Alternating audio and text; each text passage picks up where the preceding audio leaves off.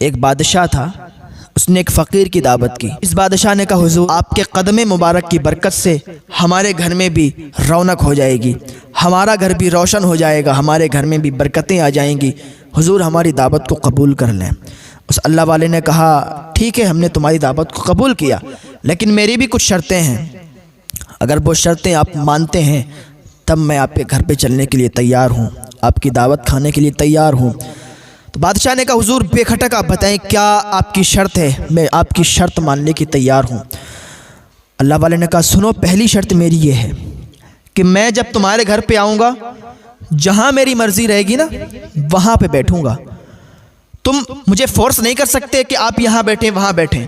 बादशाह ने कहा, हुजूर कोई दिक्कत ही नहीं है, कोई परेशानी नहीं है, आप जब भी आए ना हमारे घर, जहाँ पे आप चाहेंगे ना वहाँ पे बैठ जाना।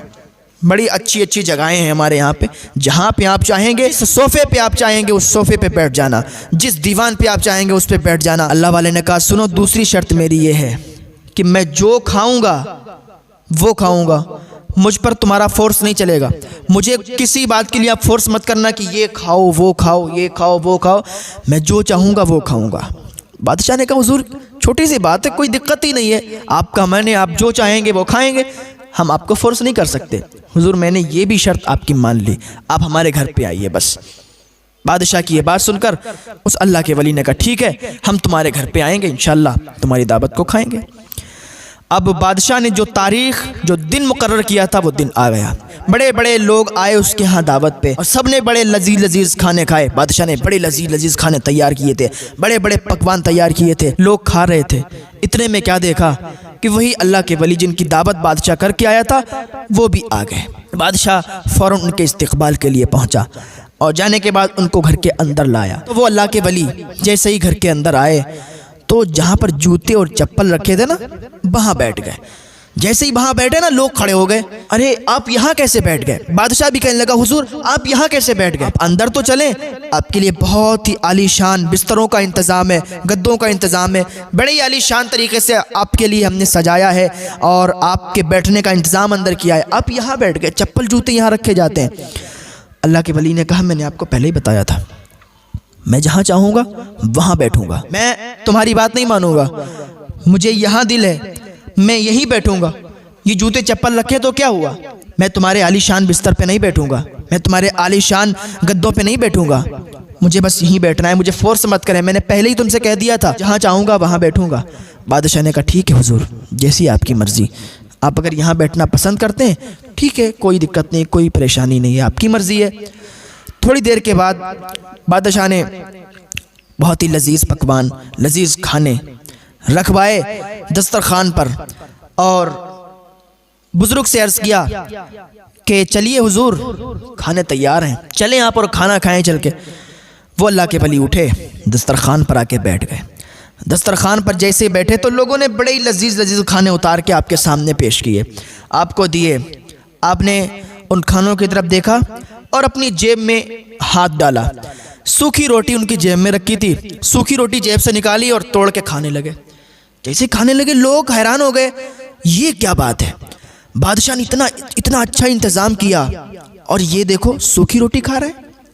जब इतना कहा ना तो बादशाह भी कहने लगा, हुजूर ये सारे पकवान आपके ही लिए तो हैं, हुजूर ये सारे लजीज खाने आपके लिए तो हैं, आपके लिए तैयार किए, आपकी दावत इसीलिए की थी कि आप आएंगे, अच्छे अच्छे खाने खाएंगे, हुजूर अगर करम नवाजी हो कि ये खाने खा लें आप।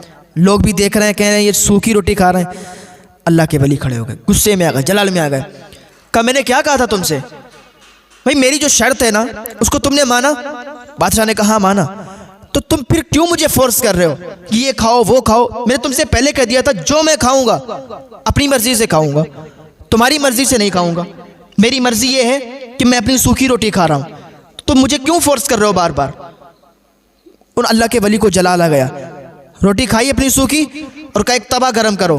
तवा गरम किया गया और कहा जितने लोग यहाँ पर लजीज खाने खा रहे हैं, जितने लोगों ने खाया है सारे के सारे खड़े हो जाएं। सारे के सारे लोग एक जगह जमा हो गए, खड़े हो गए। पूरा बहुत ज़्यादा मजमा है। अब लोग देखने की आखिर होने क्या वाला है, ये तवा इन्होंने क्यों गरम करवाया है। उन अल्लाह के वली ने तवा को बिल्कुल गरम करवाया, तवा लाल हो गया और आपने कहा अब देखो। जैसे ही वो तवा लाया गया, बिल्कुल गर्म हो गया था। वो अल्लाह के वली एकदम तवे पर चढ़े और कहा मैंने नमक रोटी खाई है, उतर गए। एकदम चढ़े, कहा मैंने नमक रोटी खाई है, उतर गए। कहा अब तुम अपनी अपनी रोटी और अपने अपने खाने, लजीज खाने और लजीज पकवानों का हिसाब दो कि तुमने क्या क्या खाया है कोई तुम में से जो इस खाने का हिसाब दे सके? अरे भाई, जब तुम यहाँ हिसाब नहीं दे सकते तो वहाँ क्या हिसाब दोगे? वो अल्लाह के वली बड़ी जलाल में आ गए कि मैंने तो नमक रोटी खाई है यार, मैं इतना हिसाब नहीं दे सकता हूँ। मैं चढ़ा तवे पर और सिर्फ इतना कहा कि मैंने नमक रोटी खाई है, फिर भी मेरे पैरों में छाले पड़ गए। लेकिन तुम लोगों ने तो बहुत खाने उड़ाए, बहुत लजीज लजीज खाने खाए हैं, और खड़े होकर एक एक खाने का अब हिसाब दो, एक एक खाने का नाम गिनाओ कि तुमने क्या क्या खाया है कोई ऐसा कर सकता है? सारे के सारे खामोश हो गए कि नहीं हुजूर, ऐसा तो कोई नहीं कर सकता। कहा यार, जब यहाँ हिसाब नहीं दे सकते तो कल मालिक हकीकी के सामने कैसे हिसाब दोगे कि तुमने दुनिया में क्या किया है? खाने से कोई ये मत समझे कि अगर उन अल्लाह के वली ने सिर्फ नमक रोटी खाई है तो जिंदगी भर नमक रोटी ही खाना है, कि वो उनका तकवा था, तो बगैर रोटी खाए भी जिंदा रह सकते हैं। हाँ, तो बस कहने का मकसद ये था उन अल्लाह के वली का कि हिसाब हर चीज़ का देना है। जितने खाने खाओगे, जितना पैसा कमाओगे, जितना पैसा खर्च करोगे, जहाँ खर्च करोगे, सारे का हिसाब देना है।